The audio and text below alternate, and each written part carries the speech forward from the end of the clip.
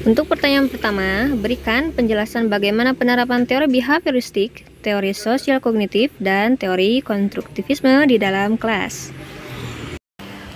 Teori behavioristik. Untuk teori behavioristik di sini lebih menekankan pada perilaku perubahan seseorang dalam proses pembelajaran. Hal ini terjadi karena adanya interaksi stimulus dan respon dalam diri seseorang. Jika dikaitkan dalam kegiatan pembelajaran, guru dapat memberikan stimulus terhadap peserta didik sehingga diharapkan mereka dapat berperilaku sesuai dengan apa yang diharapkan oleh guru tersebut. Lalu adanya proses pembiasaan dan penguatan diharapkan mampu lebih optimal dalam pembelajaran tersebut. Untuk penerapan di kelas, langkah-langkahnya yaitu 1. Guru memastikan kesiapan siswa dalam mengikuti pembelajaran di kelas. Salah satunya yaitu melakukan aktivitas yang mampu menarik perhatian peserta didik tersebut. Yang kedua, melakukan pembelajaran kontinu, yaitu mengingat kembali aktivitas atau materi yang sudah dipelajari pada pertemuan selanjutnya. Yang ketiga, dalam proses pembelajaran, guru harus melakukan pembelajaran yang menarik sehingga siswa akan mengikuti pembelajaran tersebut dengan optimal dengan cara secara bertahap dari yang mudah sampai yang tingkat kesulitannya tinggi. Nah, setelah pembelajaran tersebut, maka dilakukanlah pengulangan berupa latihan-latihan yang mampu membantu peserta didik mengingat materi yang sudah dilalui.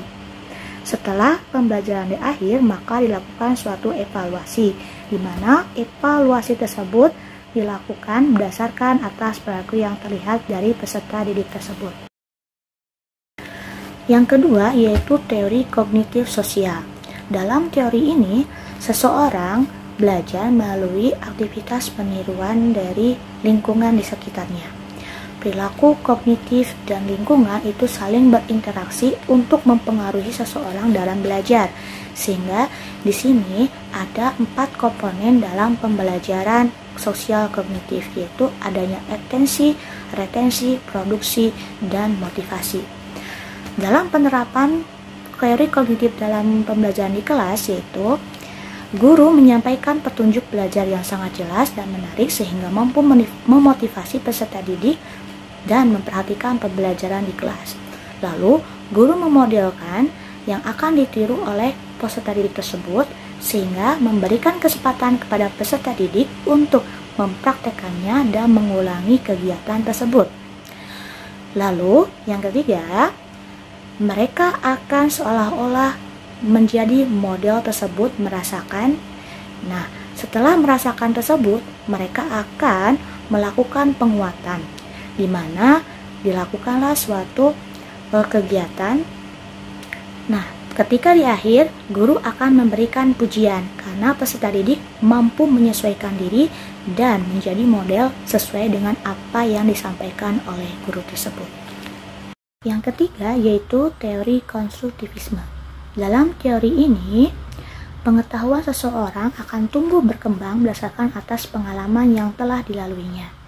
Diyakini seseorang akan mampu mengembangkan dirinya akibat dari adanya pengalaman, menggali konsep, mencari ilmu, menambah ilmu pengetahuan yang dilakukan oleh dirinya sendiri.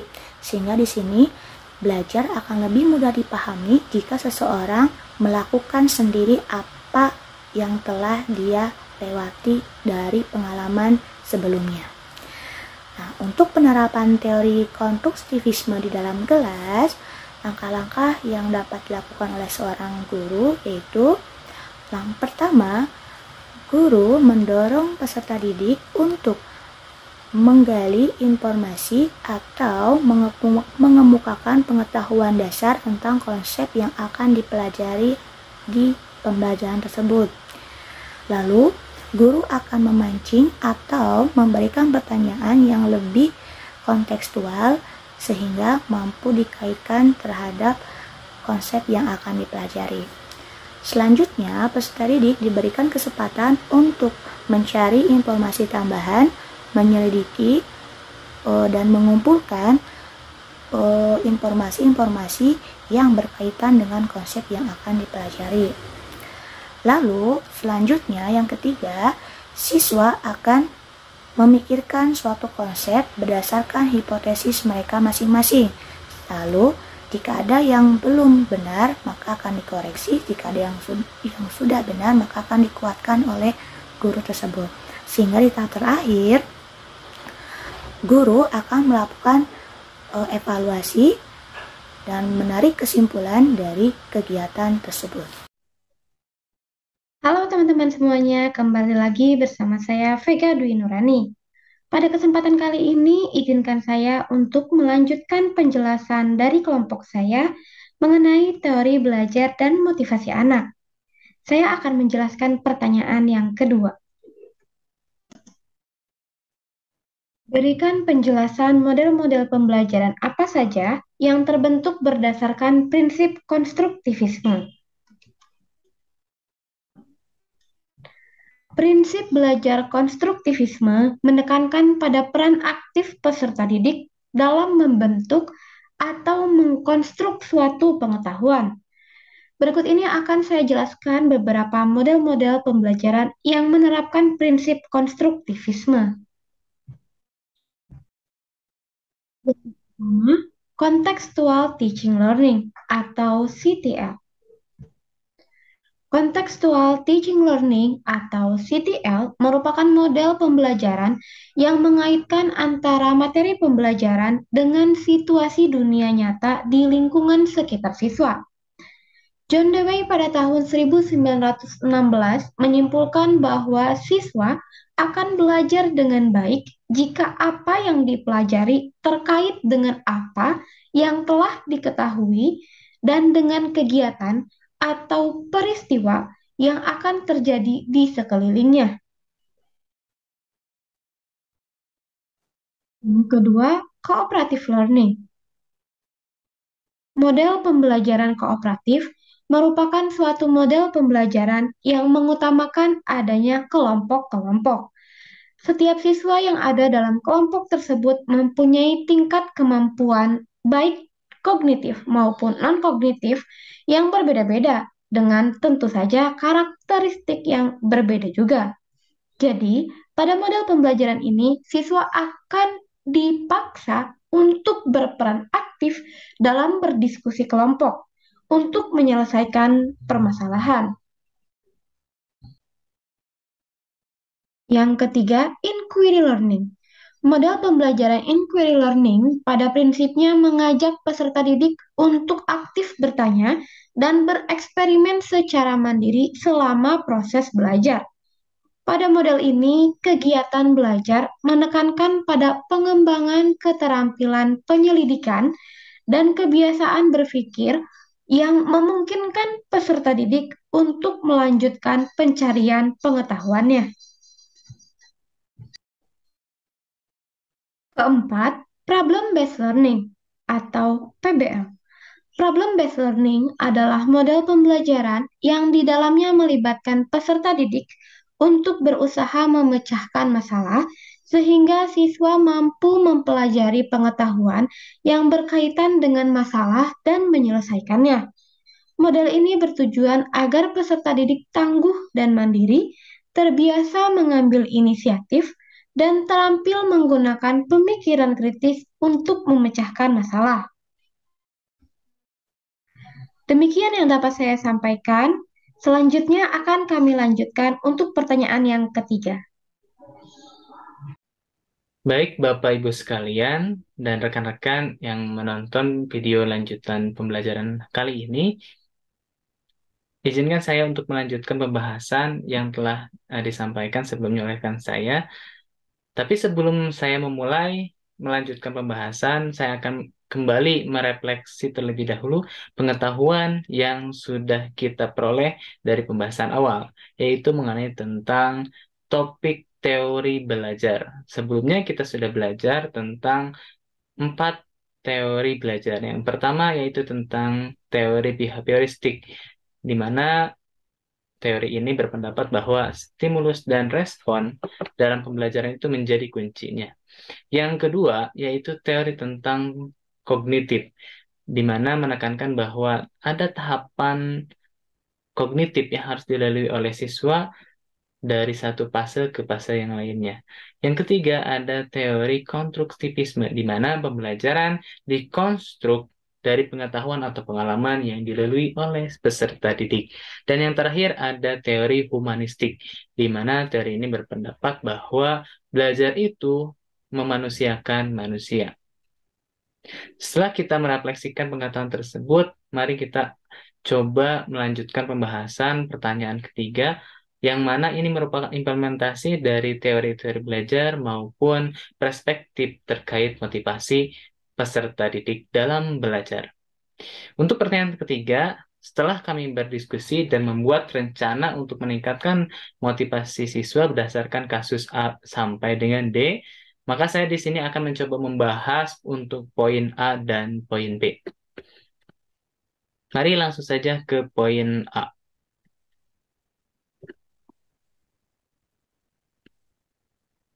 Tania,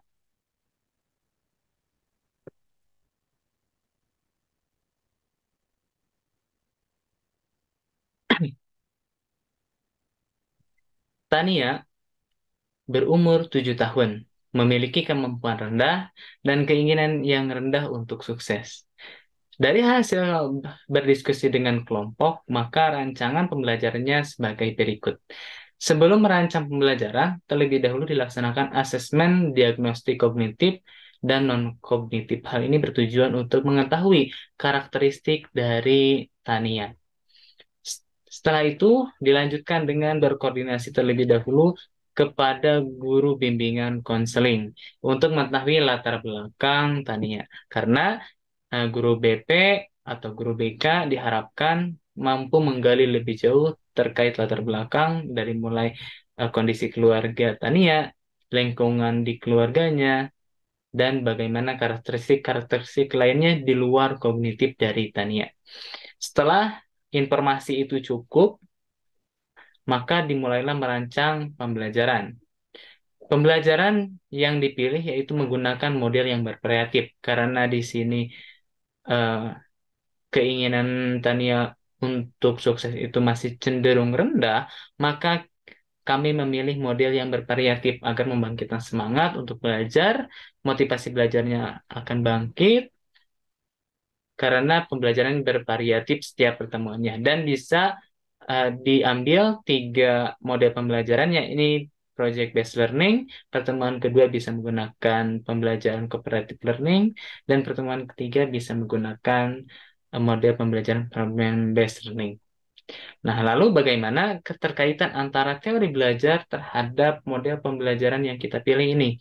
Untuk teori-teori belajar yang tadi itu sudah termasuk atau sudah terilhami ke dalam setiap model pembelajaran. Karena perlu kita ketahui bahwa keempat teori belajar tadi tidak bisa saling berdiri sendiri antara satu teori dengan teori yang lain.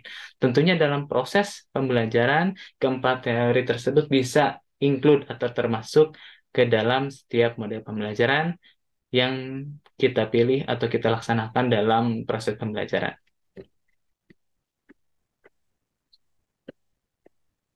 Selanjutnya, pembelajaran didesain secara konseptual, serta dilengkapi dengan media pembelajaran yang dapat mengilustrasikan materi ke dalam bentuk video, gambar, atau simbol-simbol. Hal ini bertujuan untuk memudahkan peserta didik dalam memahami konsep yang dibelajarkan. Karena pada usia Tania, yaitu 7 tahun, berdasarkan teori perkembangan kognitif biasa, berada pada tahap praoperasional, di mana anak mulai mempresentasikan dunia dengan kata-kata atau gambar. Lalu, pada salah satu tahapan pembelajaran, diberikan penghargaan dan pengakuan kepada Tania untuk menumbuhkan semangat untuk sukses dalam pembelajarannya. Misalkan, ketika Tania mampu menjawab pertanyaan yang disampaikan baik oleh guru maupun oleh rekan sejawatnya, Tania diberi penghargaan bisa dalam bentuk pujian, dalam bentuk penambahan nilai keaktifan, atau dalam bentuk penghargaan lainnya. Dan yang terakhir, senantiasa dilakukan evaluasi formatif secara berkala untuk mendapatkan umpan balik dari Tania dan untuk memperbaiki proses pembelajaran yang sedang dilaksanakan. Itu langkah pembelajaran atau rangka belajar yang sudah kita diskusikan dan kita konsepkan untuk menjawab studi kasus Tania ini. Baik, selanjutnya saya akan menjelaskan atau memaparkan untuk kasus yang kedua, yaitu Samuel, 10 tahun, yang bekerja keras untuk menjaga harga dirinya pada tingkat tinggi, tetapi memiliki rasa takut akan gagal yang kuat. Dari hasil diskusi kelompok, maka dibuatlah rancangan pembelajaran sebagai berikut. Di awal, tetap kami menekankan pada asesmen diagnostik kognitif maupun non-kognitif. Hal ini karena kita mengacu pada pembelajaran Merdeka Belajar ini yang berfokus pada peserta didik. Maka langkah awal, kita harus mengetahui terlebih dahulu dari karakteristik Samuel, dari kognitif maupun dari non-kognitifnya. Selanjutnya, setelah kita mengetahui karakteristik dari Samuel, baik itu kognitif dan non-kognitif, maka kita mencoba merancang pembelajarannya menggunakan model pembelajaran yang berpusat pada peserta didik dan dapat membangkitkan semangat berkompetisi. Karena di sini kata kuncinya Samuel itu bekerja keras dan menjaga harga dirinya pada tingkat yang tinggi. Maka kami bersepakat bahwa model pembelajarannya harus dibuat bagaimana bisa peserta didik itu berkompetisi. Misalnya menggunakan model pembelajaran cooperative learning dan model pembelajaran based learning, problem based learning.